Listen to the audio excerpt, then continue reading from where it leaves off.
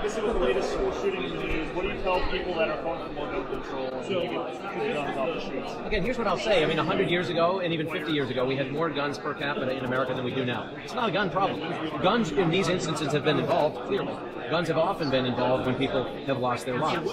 But the reality is it's not a gun problem. It's not having too many guns. There used to be more guns per person in America than there are now, but children did not go to school and kill other children. When I was a kid, especially after Christmas, people brought their guns to school.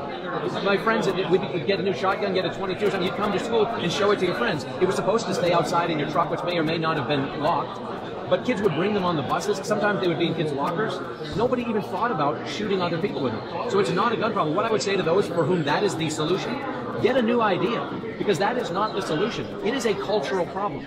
We have a culture that is desensitized to death, that is desensitized to the value of life, and we celebrate death through our musical lyrics. We celebrate death through video games that literally reward you with extra points for going back and finishing people off. I mean, it is horrific and it is graphic, increasingly realistic. The television shows that now are even on prime time. Movies, again, these are things that have long existed, but the degree of specificity, the graphic nature of them, the encouraging of people to participate in the form of video games, and then the belief that none of this is connected to what we're seeing, give me a break. We've removed any responsibility from the homes and from communities, from schools and from churches, from things that once were the background and the foundation of the mores of a nation. We've told these people to keep a lid on it, keep that in your own mind. So we've removed any sense of right or wrong. We've infused that with a whole lot of do whatever, including taking human life, and then we're shocked when people do it. We got to grow up here in America. We got to be serious about the fact this is a cultural problem. And in America, at every level, from the homes that we live in to the White House and everywhere in between, we need to have a frank and honest dialogue about the cultural reasons for young people killing young people. It's not the gun, because they could just as easily run kids over while they're waiting in line to get on a school bus. What is the mindset that's causing young people to kill other young people? That's what needs to be addressed. Is there any evidence that drawing the connection to video games and movies and this behavior? Again, go back before any of these existed. How many children walked into schools and slaughtered other children? How much more evidence do you need? You have 17 more dead children in Florida. We had a couple dead children a few weeks ago here in Kentucky. How much more evidence do people want?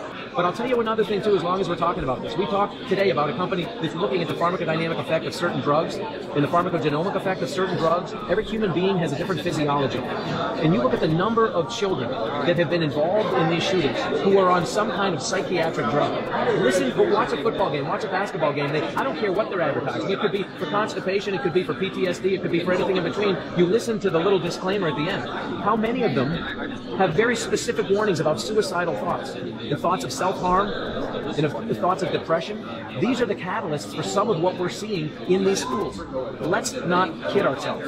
If we fail to talk about that, by having knee-jerk responses about more rules needed for this, that, or the other thing, we are intentionally misleading ourselves, and that is a mistake. There will never be a perfect solution for keeping evil in a box, but we can be a lot smarter by talking about the societal impact of encouraging certain behaviors that have absolutely no upside for America.